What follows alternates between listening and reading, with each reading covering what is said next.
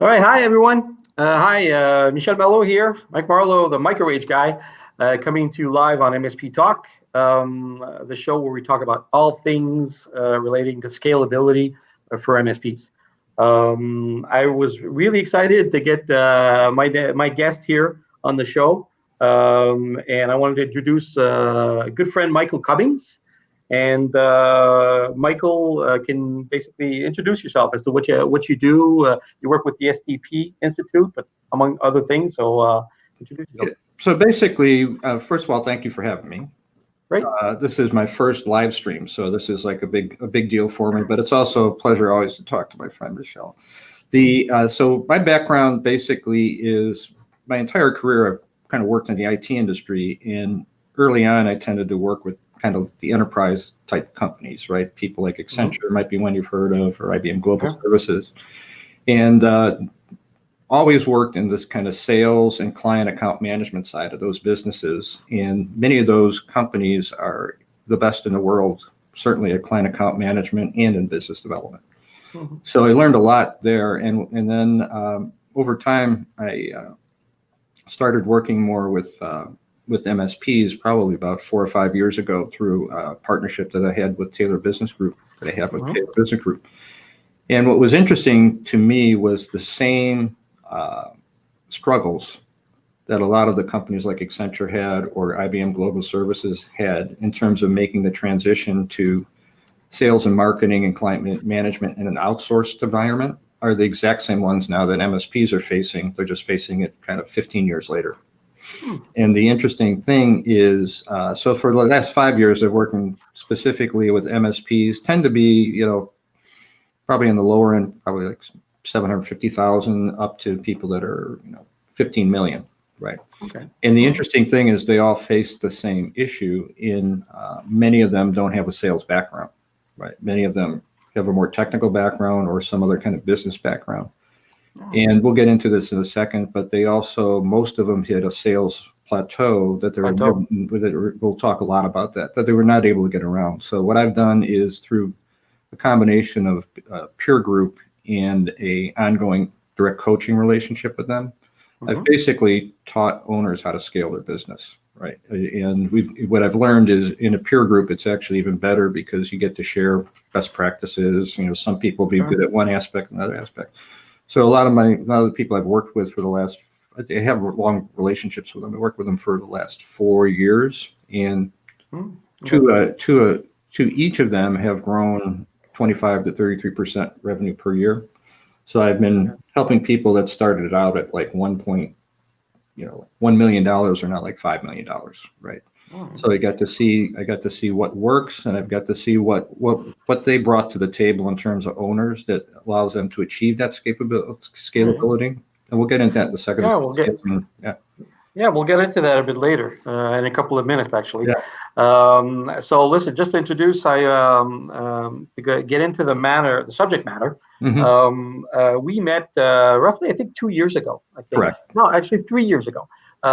You were brought in through the TBG, the Taylor Business Group relationship with Microwave, for a workshop on sales leadership. But there was a lot more on sales transformation, on being able to grow their business from owner-led sales to having a more scalable sales engine. Correct. And for the same reasons you just outlined, right? A lot of business owners started off with a certain background, wanting to help people, wanting to do IT, interested in the technology and helping their customers. But when it came down to sales, it was a lot more about a grind or about abilities. And it creates certain problems like the plateaus that we're going to be talking about next. And to introduce the first part of this piece, I wanted to just address one thing that I'm really excited about about having you on, because this goes to the heart of a bit of a pet peeve that I have. That every once in a while, I'll talk to business owners and they work so hard at running their business and getting it to grow. And then you talk about marketing and development, and they say, well, we can't really take on new customers. We're already saturated as it is. And it always rubs me kind of the wrong way, because I always feel that, I don't know, that's usually that means that there's a bottleneck somewhere, because as a business owner, you shouldn't have that mindset. Right? So let's get into a first portion of which we you mentioned earlier. Let me hold on. So let me share this thing. There you go. Yeah. It's the sales chasm. Hold on. There you go. The sales chasm in the MSP industry.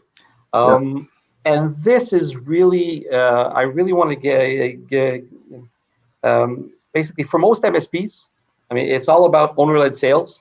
And generally speaking, why is that, right? Maybe take us through the process of, like whatever, small MSP that's growing, and why is that plateau being hit at that chasm?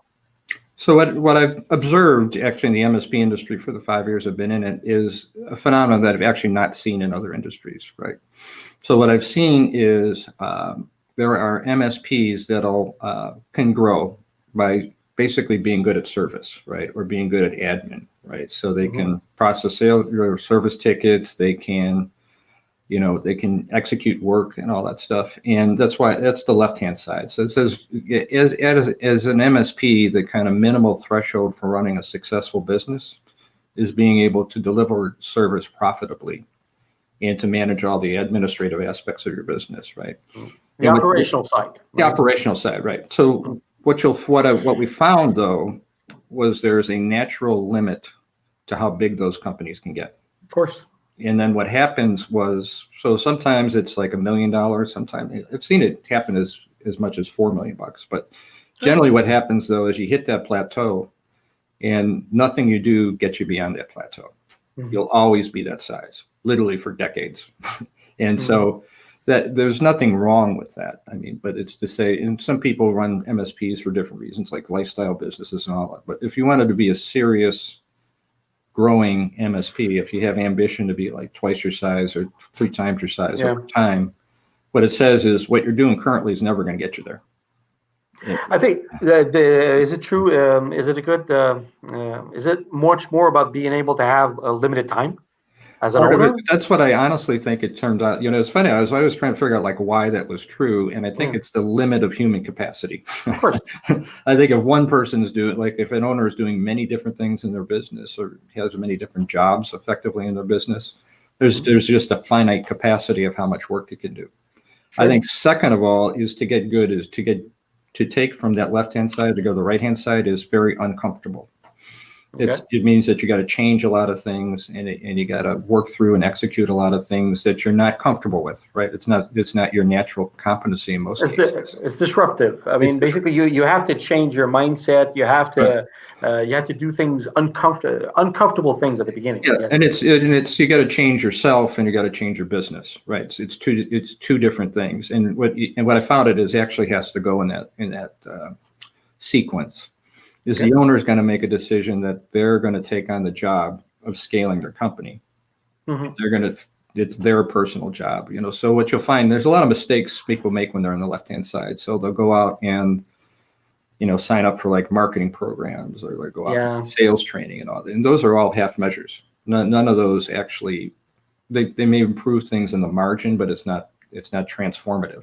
But there's good value to it. Like, come on, I mean, we got like a Robin Robbins, you got the Gary Pika guys, True Methods and stuff like that, right? It's funny, but everybody that's in my program has been already through that, right? Okay. And so they realize it didn't produce. There's good, particularly in the True Method stuff. There is good stuff on the profitability side, but not so much on the sales side or not so much on the marketing side. So those are the way I describe those. Those are like Band-Aids, right? It's like I don't know if any, like one of my hobbies is health, so working out and all that stuff. And you can't go, once a week and expect to get hugely healthy if you go to the gym once a week, right? What you got to do is decide you're going to be a healthy person and change a whole bunch of stuff about your life in order to get the health. The same thing's true of scale. Of owning I get it. Yeah, scale requires so much change in both yourself and your business that it's a big decision. It's a big, huge commitment. And so what you're telling me, the biggest roadblock to be able to, hold on a second, let me bring up that screen again. Yeah. Basically, the biggest roadblock to get to the right-hand side, to be able to get to that point, is strictly in the hands of the owner. strictly in the hands of the owner, right? And there's a couple other mistakes I just want to point out on the left-hand side, because I think they're really kind of having a personal integrity too. Like if you're on the left-hand side and you're not going to be serious about getting on the right-hand side, it's really a horrible decision for you to hire a salesperson. Oh, okay. Yeah, listen, that's one thing I want to dive into that. In a previous discussion we had, you said it's doing them a disservice. It's doing everybody a disservice, right? I think it's unethical, because unless I know how to make you successful, I shouldn't hire you, right? Because you're investing your life in me, you're investing your career in me, and if I don't know, and I'm not willing to give you everything you need to be successful, then I shouldn't have hired you in the first place. It's my personal opinion. So it goes. I'm sorry to interrupt you, but what you seem to be saying is the fact that the owner's got to be able to do it before it can actually hire out for it. Company can get you somewhere so far. Yeah. But there are always going to be not limits. all the way though, right? So that's the whole thing. Yeah. So what you really got to do is it's going to say, I'm going to build a kind of business, right? That's where the scalability comes in. Okay. I'm going to do what it takes to build the kind of business that generates consistent revenue from both new clients as well as from existing clients.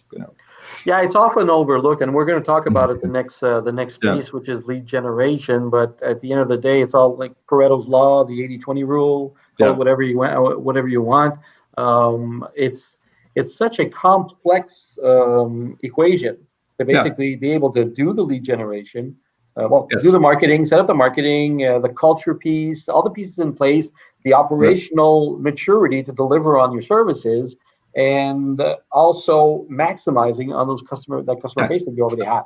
What I always tell people, it's up to the owner to say. It's funny. The other thing I always hear too is I'll talk to a lot of people that want to transform their sales, and they say, I'm willing to do whatever it takes to transform sales. And I always say, well, that's a weak commitment, because you don't know what it takes. What you got to do is educate yourself on what it's going to take, and then make a conscious decision that you're going to take on that job, right? The way I describe most of what we do is it's kind of like teaching any entrepreneur in a sense, but if you want to take on the sales and marketing job of your business, what does that look like? What does it take? And then once you understand that, then you can make an informed commitment, right? Yeah, you have to do it, basically. Yeah. And it's not a simple and it's not a quick process. It's developing this competency over time in yourself, but making progress each and every week, each and every month is kind of the way we do it in the SDP program. I do have to listen, certain mindsets, certain personalities it'll be very, very hard for a business owner to take himself out of his comfort zone to be able to do that, right? Sure. They have to discover that they have certain talents or certain abilities towards it. Isn't there a shortcut, other than, having a partner that's basically your opposite, your yin and yang, where you basically handle the operational side and that person just drives sales? Is there a shortcut? Can you hire a great sales manager? What we often say, there is really, so let me back up two ways. One is, what you first have to do is on the left-hand side of that chasm is you probably need somebody else that owns service, right? So you really need to replace yourself as a service manager, right? And you want to have your service operations up and running, but you want to be removed from that yourself, right? So the back end has to be taken care of, because if you can't be doing everything at once, right? Correct. And actually, that's one thing about the sales chasm that I thought. One thing I've noticed through the years is that certain businesses, usually, I always felt that there's a plateau around 4 to 6 employees. Yeah. Where you get to a point where you can't take on much more, and at that point, I always felt that there's two ways to go about it. Either you find a service manager. You find a central service manager to take on that piece and go and take care of sales, or you actually find a sales manager that's going to be able to take it to another level while you basically make sure that everything's running smoothly. And what I've found is that second one, hiring a sales manager, almost never works. Okay, I understand. I think what you can do is, because the owner will know the left side here, the service side of it, you can actually go out, and there's people. We've actually hired them for some of our clients, is you can go out and find a great service manager. Okay, it's easier to find a great service manager than it is a sales manager. Sales manager, that's actually, I would say, honestly, 80 to 90% of the time when you hire a sales manager, it doesn't work out. Okay. Well, listen, we could understand that piece also. I mean, basically, MSPs are typically talking to CEOs, talking to a manager, people in managerial positions. And there's something to be said about the owner-led sales, about having the owner of the company right in front of the decision maker, at least at the final stages, the presentation piece, right? Yeah. We're not necessarily talking about lead gen. We're not talking about basically just networking and everything. But there's something to be said about having that owner present. Yeah, and you'll see even with the bigger companies I work with, guys that are, let's say $6 to $10 million, the owner's still the lead salesperson. I mean, he's the person, he or she is the person that goes on the discovery calls. Mm-hmm. And I don't know if we get into that today, but basically the discovery call is about 80% of the sale. And let me just say one thing about that, and then it'll tie into why the service sales manager doesn't work, is when in the MSP business, really, the sales call is really an indication of what it's going to feel like to be your client. That's kind of what people are buying, right? If they're not buying features and benefits of MSPs, right? Okay. Because everybody has basically the same stuff. What they're really looking for is this the type of person that I want to outsource an important part of my business to? Are they the type of people that I think understand me and understand my business and all that kind of stuff? And so it's almost like talking to them as if they're already your client, and so that's why the owner-led sales model tends to stick, except in rare cases throughout the whole cycle of a company. So you get really big, so you get like 20 million or something like that. Right. No, but I can understand also. I mean, basically, if you what gives you the drive to grow your company, it's understandable that if you have you want to stay in that grind, you want to be able to stay in that, have a little, at least keep keep your finger on the pulse, I would say, right? Yeah. Make sure, and at least, and the best thing is, I mean, listen, I've seen so many business owners that when you get them outside of the operational management piece and basically just doing like their HR, their accounting, the admin and everything, and managing people, and when you get them in front of a customer or a prospect or anything, it's just like a Dr. Jekyll and Mr. Hyde thing. They turn on that switch so easily. It was like riding a bike, and they get excited. Right? Yeah. Get excited to actually, especially if you built your company, you're getting to a certain point, but you never really, so what you're telling me is you never really leave that role. Right. So I think that's why the Chasm thing's so important, is you can't choose to stay on the left-hand side, right? No, well, if you do, you're comfortable. You're very comfortable. And I think the people that I feel for are the people that aren't willing to make the kind of commitment to jump over it, because they're just going to waste time and money, and they're going to waste energy and effort because they didn't make the decision to be committed enough to scale. It's really that's it's a whole new job, and so what you really want to do is hire somebody that can do the left-hand side, can do the operations and the service. It's somebody really good there to take that over and free up the time for you and the energy and the effort to do the things you need to jump the scale. And I think the one thing we didn't talk about too is what I would say is, I think it's becoming with COVID even more severe, is most MSPs won't make that jump. I would say like 80% of them will never make it because they're not willing to make that commitment, and they keep getting stuck on the left-hand side. Right. So like I would say maybe 15 to 20% of the people make the commitment to jump that. That's rough, Michael. Well, actually, you know what? I can definitely agree with the numbers. I think I believe him, right? But I'm guessing it's rough to hear from someone who's working so hard at growing their business. But you're right. You have to commit to it. You have to basically work at it and be able to make the steps. It's not easy. There's nothing easy about it. Yeah. And I think sometimes, and listen, we have to move on to the next piece, but one thing that reminds me is that I always thought that there was this mirage of hyper growth in the MSP community. Because someone who's just starting out, who basically has one technician, or basically like a 2-3 man operation, sometimes they can hit they can basically blow numbers out of the water, right? They're growing and growing and growing. It's easy. but I think it's a mirage. Yeah. Because you get a certain point where, I'm sorry, you're not going to get that 40% growth every year over year, right? Right. You're gonna hit that ceiling at some point, right? At some point, you got to hit a wall, right? And a lot of conversations I've had with MSPs that are in that, like I said, the term mirage is basically that vision that it's going to keep on going that way. I know, it doesn't. It's not going to happen. Well, not going to happen. You know what it is. The chances of it happening are very slim. Yeah. So listen, actually, it ties into, you just said something about about the steps to be taken, right? Even though like this, we're not necessarily talking about all the steps that you have to do as a person. However, to grow sales effectively, I mean, you can't be a one-trick pony, right? And especially now, I'm switching over to the 6 pillars of lead gen. Basically, because especially these days, there's so many different channels. Correct.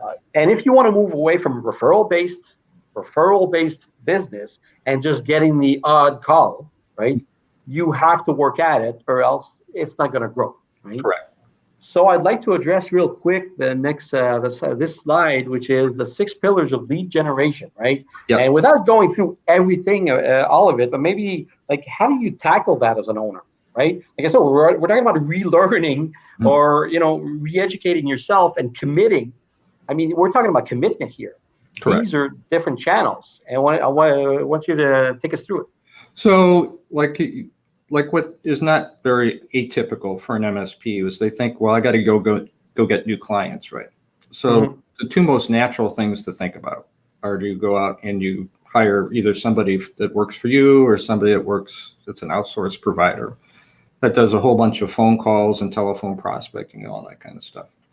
And so that as we go through these, it's not to say that one thing is not necessary. It's just part of a mix, right?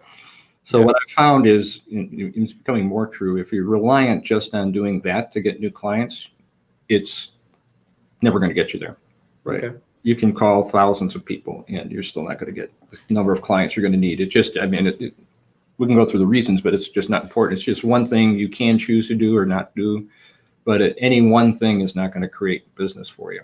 Okay. And then the other thing that's very natural to do, you mentioned some providers of this stuff too, is to say, well, if I just do marketing, if I do, got a good website, I got SEO and I got all that kind of stuff, and I send out emails or I do these kind of marketing, right? I'm going to get a whole bunch of inbound leads. And the good news is that's more true now than it was a year ago, by the way. There's much more inbound business coming to MSPs because of COVID, but it's also not sufficient to get you to where you need to be in order to scale. Okay. So what it says is, and there's another thing I want to bring into this too, is if I have people on the phone, like if I have people in a webinar, like 20 MSP owners when I do webinars, right? I'll always ask them, like, how many people hired your accountant because they cold called you, right? Or how many people hired your lawyer because you went on their website and found them, right? And the reason I mention that is because MSPs are professional services businesses, right? Yes. They are more like accounting firms and more like law firms than they are like Cisco or Microsoft, right? Yes. I don't think we always think that way. So what that says is people that buy professional services tend to buy them different ways, right? Mm-hmm. And so one way, let me go through associations, right? Or no, let me go through systematic referral generation, right? Okay. What that says is a typical MSP will get anywhere from 3 to 4 referrals a year generally, but it's the person that's the prospective client is doing all the work. Like they're talking to somebody, in a conversation, it has to come up that you're having, let's say you and I are business associates, right? Mm-hmm. Somehow in our normal conversation, it has to come up that I'm having IT problems and IT pain. And then what you would have to say is, I have a great MSP. It's Phil, Palmieri up in Quebec. Give Phil's company a call, they'll be able to. Hey, we're in his office, by the way, right? So that means that I then have to go and put all the effort and get in touch with Phil, right? Yeah. And then sometime Phil and I will talk, and they'll say, well, you should talk. I have my people come out, we'll talk about it, right? That's a lot of work. I have to have a lot of pain as a person to go through that. And that's why generally there's a very high close rate on people that go through that, because I'm doing all the work. I've had to have a big problem. I have to, have by chance talk to you, and by chance you introduce me to Phil, right? Okay. What this says is there are ways that you can get introduced to people on a systematic basis that have the possibility of being a potential client for you. And that's really, instead of that, it could be me asking you about, hey, I'm trying to get to know managing partners from law firms that have about 20 or 30 lawyers. We do a lot of work with them, trying to understand what's going on with them in terms of their IT needs right now. Do you know anybody that's like that? You know, anybody like that might be willing to have a short phone call conversation with me? And by me asking you that, and I don't care if they have IT problems or not, that's my job once I actually talk to them or have a discussion with them, right? If I did that once a week, right, and I got one referral, I would have 50 introductions in a year, right? Yeah. So that's an example of, and that's much more how people buy stuff, right? They tend to buy stuff from people that have been recommended by somebody they respect, and that has a specialization in what they do, right? So that's an example. That's something an owner can do, right? Like an owner can think through their LinkedIn contacts and say, I'm trying to meet these 5 people. Which one of my LinkedIn contacts knows them? I'll find out who knows them best and ask them to just introduce me, right? So that. Have you just a quick thought? Have you listen? There's so many different so many different MSPs that do believe like referral is king, right? And they try to automate the process and basically getting referrals and stuff like that. Have you heard of? Is that that almost never works, right? Yeah. Because what it is, it's human beings, right? It's like you endorsing me to another human being that may have pain that I could help. And then what's going to make that, so again, that's the introduction part, right? So a referral sometimes implies that you're looking for somebody that has an immediate need for an MSP, right? Okay. I don't want that. I want to meet anybody that that fits my ideal client profile. Okay. And if I talk to enough of them, I'm going to find the ones that have pain. And they're going to want to talk to me because I know their business, right? So I like that. So many different approaches are based on, yes, identifying the pain of someone. But let's say, for example, when you're calling a bunch of different clients, and I'm pretty sure that if you try to connect to them with them on a personal basis, the chances are, hey, listen, for you to call someone and for them to be having a pain right now is like a needle in a haystack type of thing, right? But for you to call someone and connecting with them and basically identifying that prospect as, you know what, that's the type of client. And then over time, when they have pain, they'll know who to talk to, right? Or I'll be in such routine contact with them that they would remember that I'm somebody that could help them with that pain, right? Yeah. Let me go through. So that's one thing, right? That's like even an owner that's listening to us now, that's, hour a week, right? Yeah. Something he or she can be doing to be building business the whole time. I go to associations, another one I'll actually bring up, one of your micro-age people. So what an association says, that's any kind of business or industry association, right? And what it says is the whole point of being in an association is to generate discovery meetings. Too often people think of it as I just go there and I go to programs and I network and I have drinks and maybe someday I'll run into somebody that could be a client. Okay. But taking the time that you invest in that anyway, right? Yeah. And saying instead of that, what I'm going to do is think about which one of these members kind of fits the type of clients that I work best with. Okay. And using the association as a means of having one of those discussions or discovery meetings with them. That's the whole point. So a good example is Amy Simpson. You'll have to help me with the name of the. No, Amy from Peterborough. Peterborough. I always forget the name, right? So she, for years, was part of a woman's entrepreneur group. And when I was working with her, I said, well, how much business have you ever got? And she said, none. I said, well, let's try this. Let's get the list of all the members and who do you know really well that has a business that fits the type of clients that you work with. Okay. And next meeting, go ask if you can have a short discussion to tell her what you do, understand what she does, and see how you guys can help each other. Sure. Within a year, I think she got like 4 clients just from that one association. by doing that, right? Okay. So again, What do it's not extra effort because you're going to meetings anyway, right? So you then, think you're saying it was more about Amy realizing that well, you know what? Why don't I dive into a possibility of a professional right. discussion with them Yeah, instead? and instead of worrying about like the 40 people at the meeting, there's maybe 3 or 5 that are really good prospects, right? So spend your time getting to those 3 to 5 instead of just networking with the other, 35, right? Okay. So again, and not a lot of additional time. It's just skill and competency and how to convert that to business, right? I'll hit the other ones too really quickly. So it's not to say that you don't do volume prospecting, you don't do inbound. It's that you do these other things as well that actually have. So alliances says that if you can have a business partnership relationship with somebody that already has their own clients, Okay. and that you guys can do 2 things. You can introduce, my clients to this provider. Let's say it's an accounting firm, right, or a law firm, right? And then figure out ways that you can partner together to do marketing and do a bunch of things. Where together you go out and get new clients. Okay. That's having those alliances. I want to say in my SDP group, I'm guessing a few of my people, that's where they get about a third of their new MRR. It's actually by partnering with other people in related businesses and finding ways that you can partner together in ways that you can help them and they can help you. And what happens oftentimes is people call those relationships COIs, or centers of influence. Sure. It's not the same thing.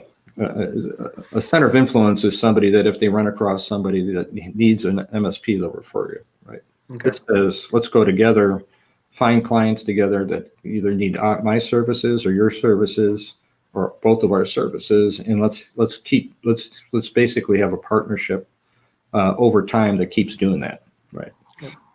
And the last one is surgical. I'll just touch on that. What surgical says is, let's say again, I'm going after like that digital stalking. I do that a lot with LinkedIn. social selling. I mean, it's also just much more. It's also the quality of the communication, right? So what that says is, let's say I couldn't get introduced to a law firm that had 20 accountants, or I'm sorry, 20 lawyers, right? What I could do is I could call up the practice administrator or the managing partner, right? And say, hey, we don't know each other, but we work with a lot of law firms and we help them solve their IT problems. And the ones they typically have are like their document management systems are slow.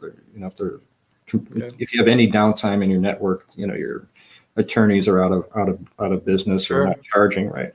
So what that says, and I'm already working with law firm A and law firm B, law firm C. So, what I'd like to do is talk to people, just see, what's going on in your business. If you have similar issues, it might be worth us getting together, right? It's a much different outreach program. No, of course. Well, it's being surgical. I mean, at the end of the day, it all goes to also the developing verticals, being able. I mean, it's kind of the same thing. You're trying to, you have to be somehow surgical in, And that call I described as a call an owner can make too, right? No, of course. That's why I want to go back to owner-led sales, because that's the top of theirs. Is there are certain calls, those are certain outreaches that actually are far more potent coming from an owner of a business than coming from their sales force. Right? Most definitely. You know what? Maybe I can pause here and tell you a bit about what my experience is. Is that of course my job at Microwage, for those who don't know, is to expand the network, trying to bonify the network and make enhance programs, make our locations more successful. A part of it is actually reaching out to business owners who to find that cultural fit, right?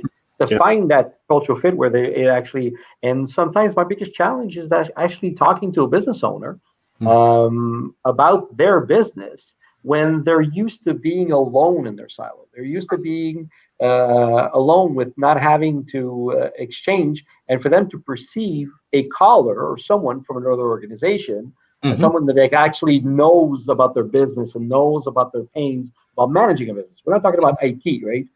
So, like I said, I can definitely relate with the fact of an owner calling in a prospective client or a prospective lead and being able to be on the same level right away. And it certainly helps, that's for sure. Yeah. So, I mean, so you can see And there's ways to do volume prospecting correctly. There's ways to do inbound correctly that people need to learn, but it's the collective impact of all these different prospecting channels, as the fancy word for it. That ultimately, but the thing I want people to realize is if you look at those inner four boxes, right? Exactly. I was going to say this is where people focus on the far left and on the far right. Yeah, and I was going to say the ones in the middle, there's certain things about it. One is that's more how people buy professional services, right? Like I say, not many people get, some do, but most people don't hire their accountant or the lawyer because they make phone calls or they didn't. Those make the difference. Yeah, those four make the difference. Yeah. There's something to be focused on, and that's probably where it takes you out of your comfort zone. But not yes and no though, because you might actually be doing it, doing certain activities, but not maximizing it and making a habit of it, being regular at it. Yeah, so it's just a job, right? So it's a job where you have to have work. You got to plan out that you have time, effort, and all that stuff. The other thing I wanted to mention too is we often talk about like our selling process. What we got to realize is we're actually in somebody else's buying process, right? Okay. So what we got to do to be successful is fit ourselves into the way they buy things. And therefore, if you're not doing those four things in the middle, you're ignoring the way people typically buy MSP services. Yeah.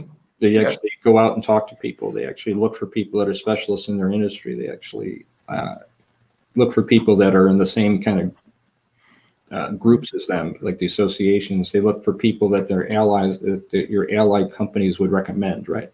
So that's much more reflective of how MSPs, how professional services are bought, including MSPs. Good stuff. All right, so it's good to basically so an owner, and those are easily things where an owner can actually integrate them into what they do. Correct.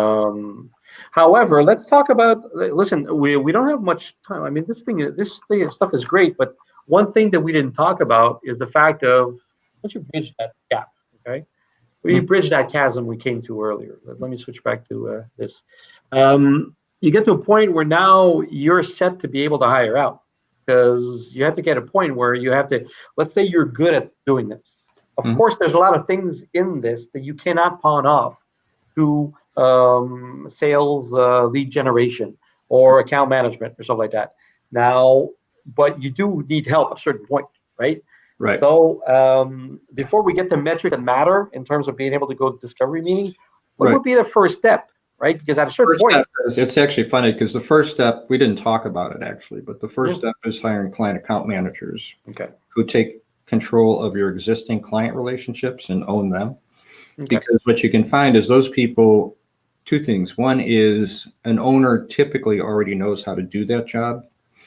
Therefore, they can find and manage people to do that work, right? So even it's different from sales, right? A lot of them, I don't know many MSP owners that, cold call their ways to success, right? But there's lots of people that are very experienced in managing client relationships and therefore can hire the right people and make sure that they are taking that job over, right? So your CAM is typically your first hire, easier to train, easier to integrate.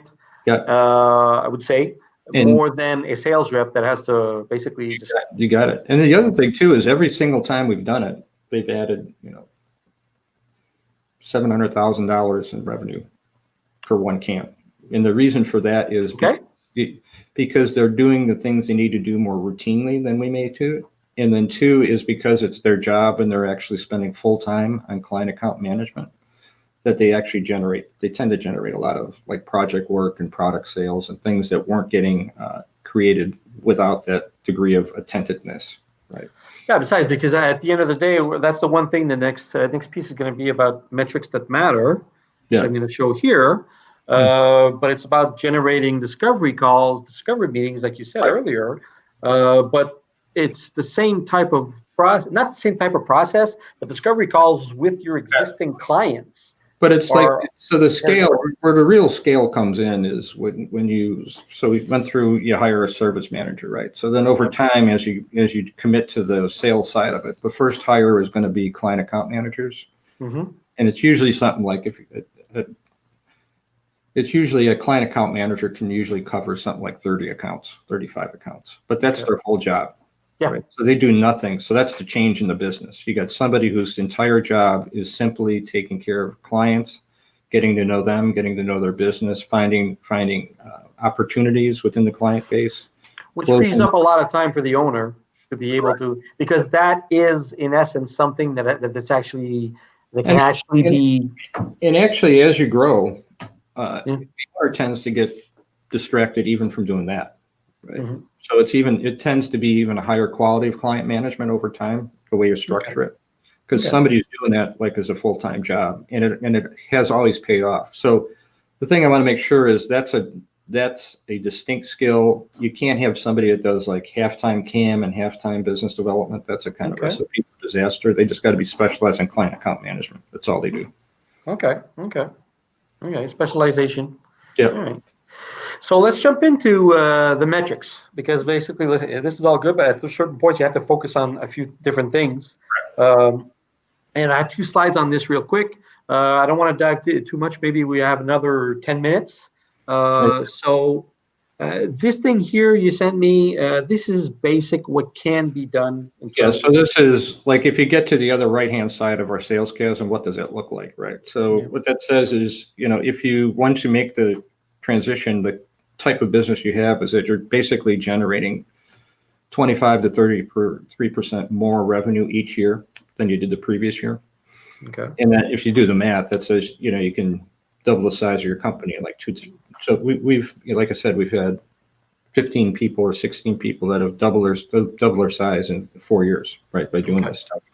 But the other thing I just want to touch on really quickly is it's becoming even more severe in COVID, because I would say 80% of the industry is like either is shrinking and may shrink out of existence, frankly, or they're barely holding on. That's 80%. The guys that are in our group are still generating something like 20% revenue this year over a record year that they had last year. So it shows that doing this is the way that you're going to continue. These results can continue despite whatever the economy is. Hold on a second. You said the guys that are in our group, are you talking about TBG or are you talking about STP? Oh, the STP group, right? Specifically, people that have been doing this for a while, right? Okay. Well, we're going to talk about this at the end. So if anybody's curious about this, I'll give you the contact information. So that's kind of what the right-hand side of the sales chasm looks like.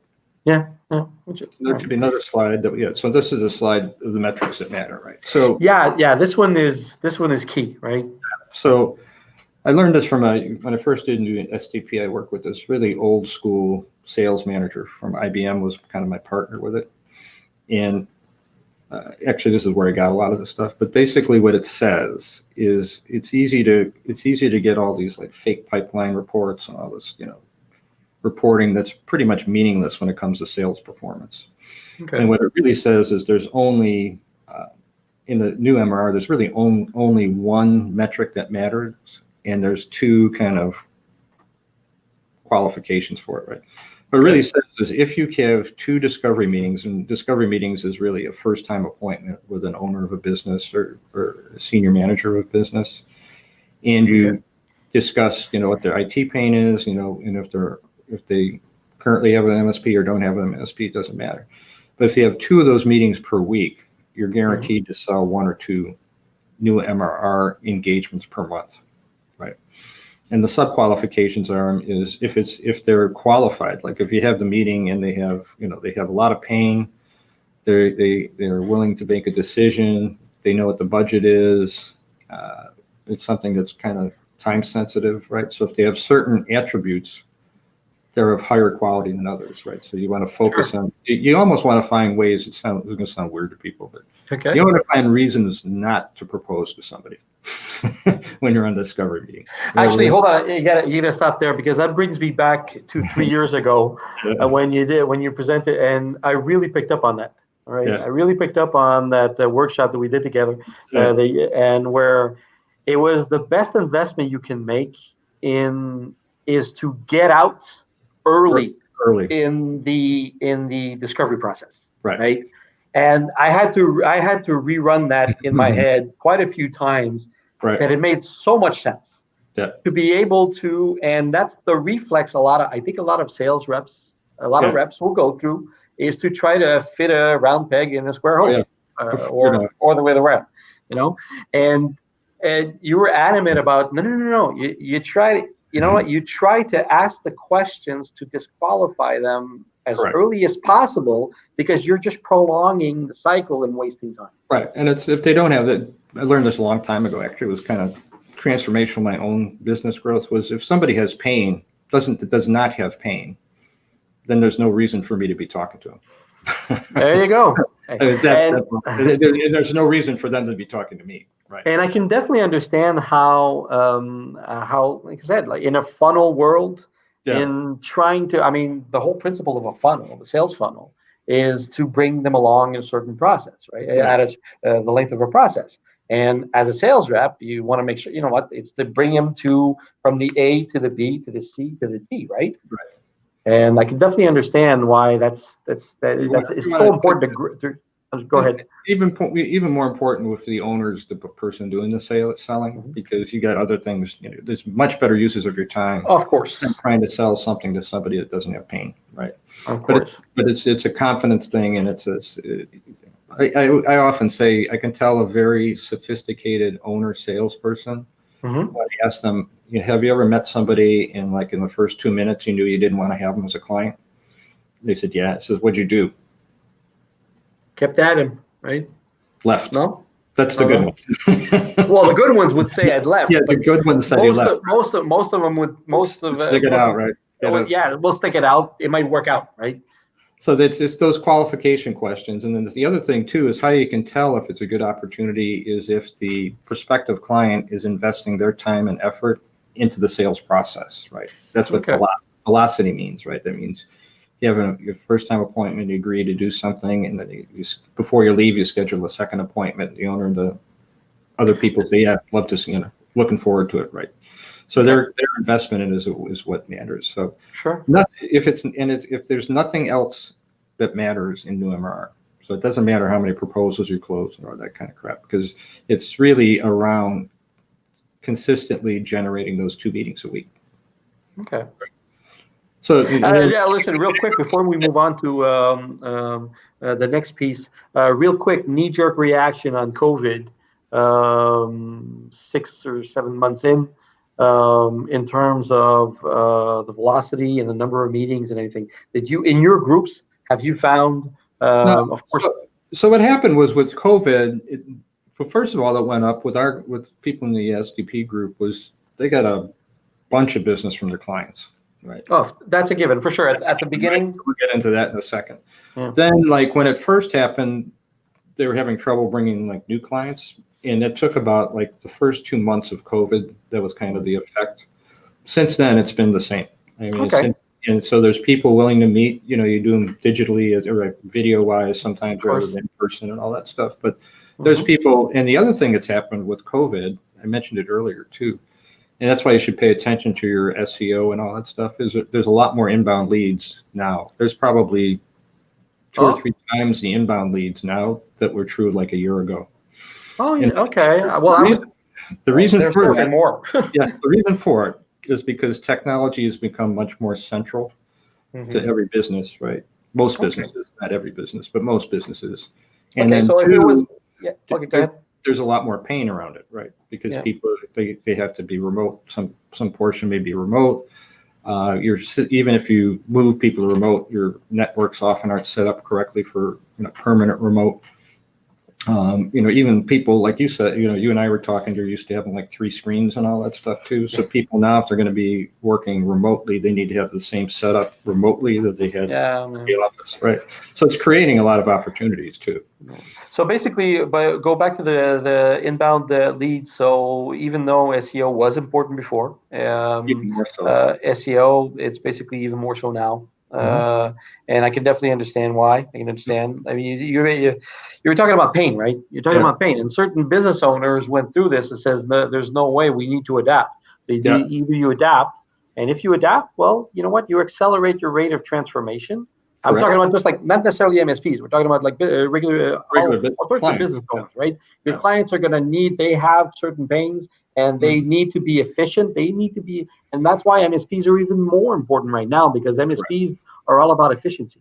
Correct. They're all about proposing efficiency in supporting their customers and making sure that they're all set up properly, right? And they So I get think all the support. COVID has actually created. I'm not sure it created. I mean, actually, would say in my groups, it probably created as much opportunity as was lost, right? I mean, I would tend to agree. That's what Yeah. I've seen. That's what I've seen at the beginning. We saw a lot of extra work, that was done, and after that, it became basically more a question of the guys that were stuck, maybe like a deer in headlights. Yeah. They were saying, "What's next?" Because let's listen.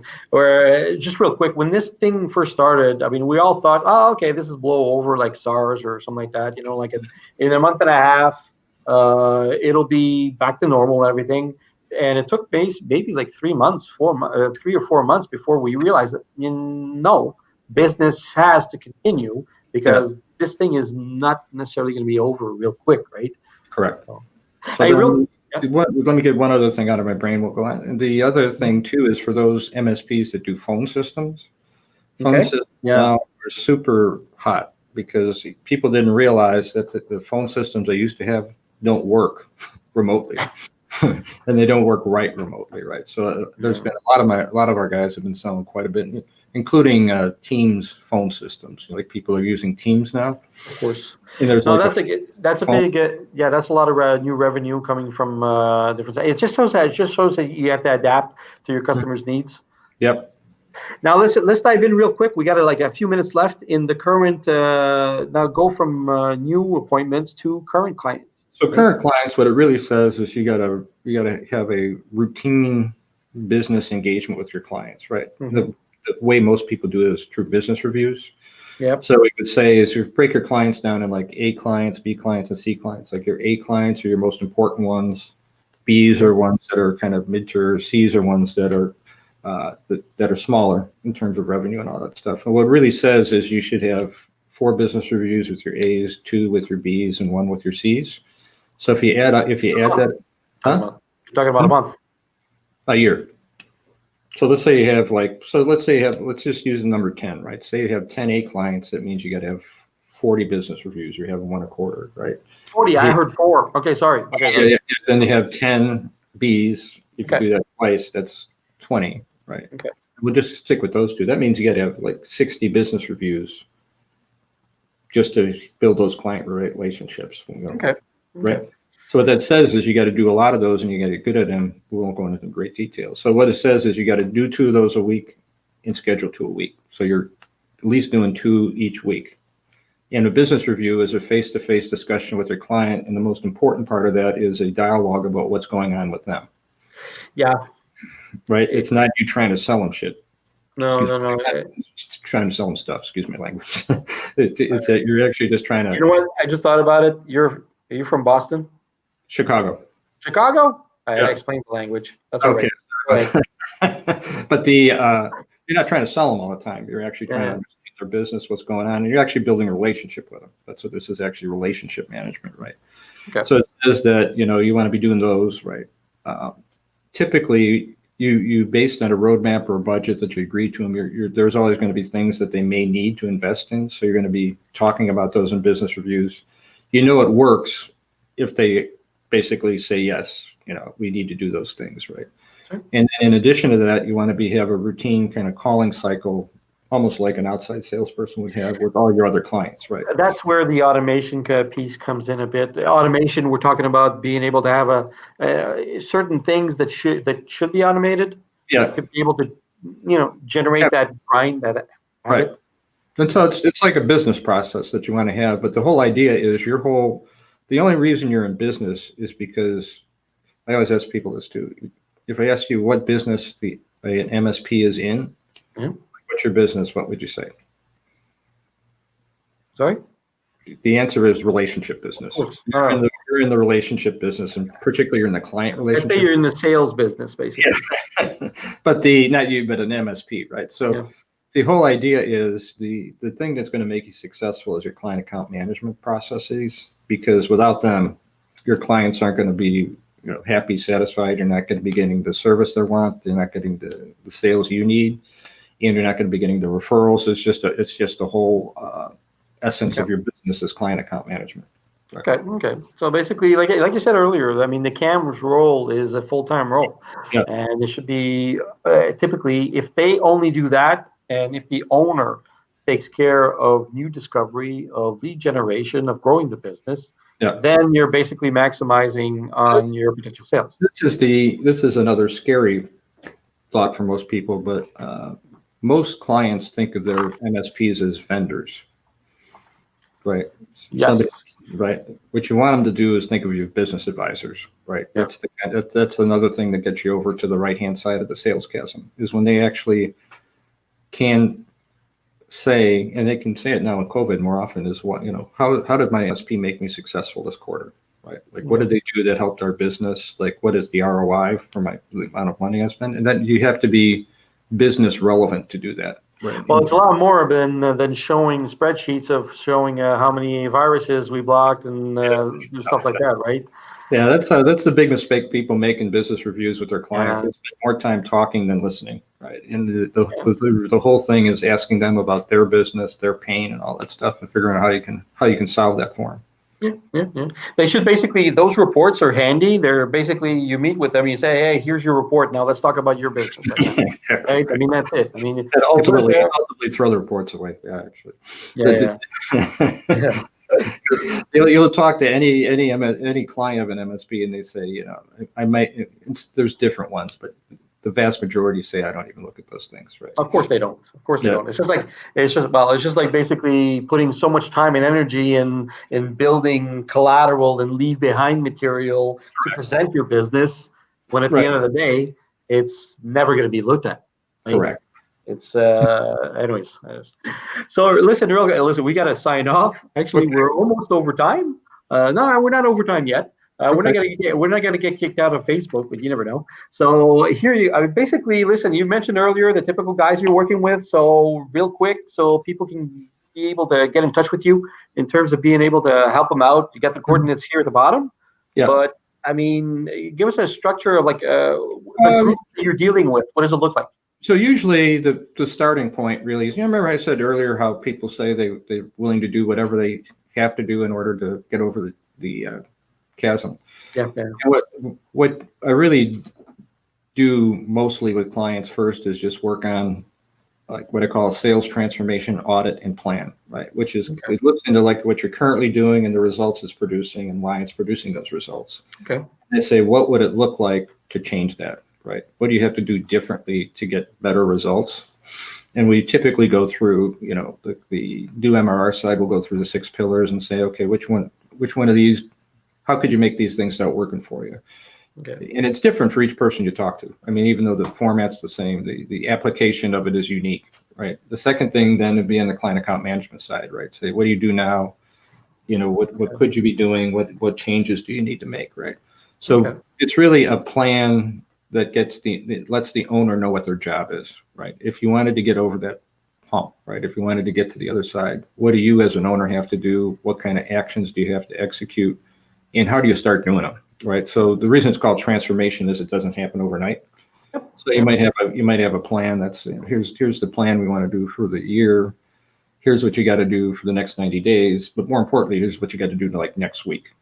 Right? Okay. It's really a week. It's kind of like any habit change you make. You got to make it on a daily or weekly basis, right? For it to stick. So you boil it down to like what can you do immediately with this idea of what the blueprint is ultimately that you got to get to, right? And it helps people succeed by picking off little pieces of things they can execute each week, right? Well, you have to break it down. You have to break it down to be able to execute it, or else it just looks too large. It looks same thing if you look at the 6 pillars. Those 6 pillars are daunting because you're looking at so many different things that you can be doing. But there's simple things you can do each week, right? There's very simple things when you break it down week by week. There's simple things you can start doing to get the results that you want. But I think then people once they have the vision and the plan about what it really means to change, then they can execute it, right? So that's the first exercise I go through with people. Then so we're getting to it. We got to sign off, but that means that then they can sign up with you for one of your groups. So basically, just like, hey, listen, it's been great, Michael. Great having you on. And listen, for anybody who who's interested in talking to Michael, you get the coordinates, or reach out to me. I'll put you in touch for sure. Because Michael's putting on, he's got these groups that are 6 to 8. You have like 6 to 8 different sessions, and basically you support them through that transformation process, right? Yes, absolutely. All right. But so it starts with the investment. First off, you have to know that you have to change, and then you have to say, you know what, I'm ready to make the change to invest. Yeah. Right? Do it week to week, right? It's not like a single event changes anything. No, you can't. There's none of that. All right. So listen, this has been great. Listen, for a couple of thanks for joining in. Actually, we have another comment.